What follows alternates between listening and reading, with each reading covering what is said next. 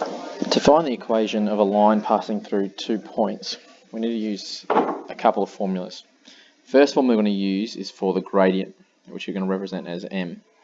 Now m, or the gradient, is known as the rise over run, so we can look at the change between y2 and y1 and x2 and x1. So this formula, the easiest way to remember that, like I said, is gradient is rise over run, so how much it rises divided by how much it goes across.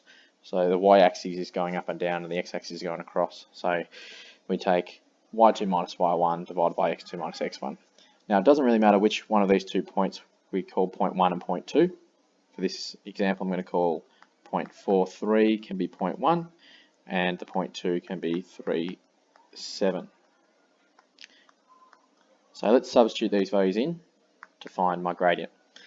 The y value of the second point is 7, so I'm going to have 7 take away the y value of the first point, which is 3. Now the x value of the second point is 3, take away the x value of the first point, which is 4. So I'll end up with 4 divided by -1, which equals -4. Now I know my gradient. I can use this value and either of the 2 points to find my linear equation.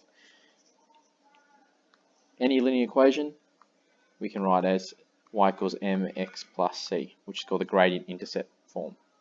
M is gradient, c is our y-intercept.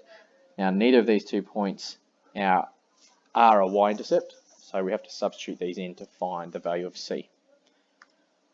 M we know is -4, so I'm going to write a -4 in for m. I don't know c, so that's going to stay there. And for the x and y values, we can use either point 1 or point 2. I'm just going to use point 1. So the y value is 3. So I'll have 3 out front here, equal to -4 times the x value, which is 4. So I'll end up with 3 equals -4 times 4 is -16 plus c. So to find c, transpose this to get c by itself. I'll plus 16 to both sides. And I'll end up with c equals to 19. Putting this back in to my y equals mx plus c form, I can now write my equation is y equals m was -4 times x plus my c, which was 19. And that's my equation.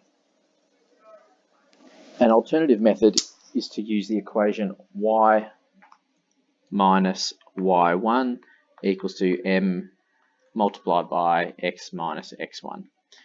Now this formula will eventually rearrange to give me my linear equation, and all it asks me to do is substitute in my gradient, which is m, and 1 point, so x1, y1.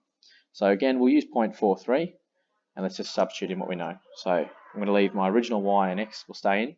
So I have y minus, now y1 was 3, equals to m, which is -4, outside of x minus my original x1, which is 4.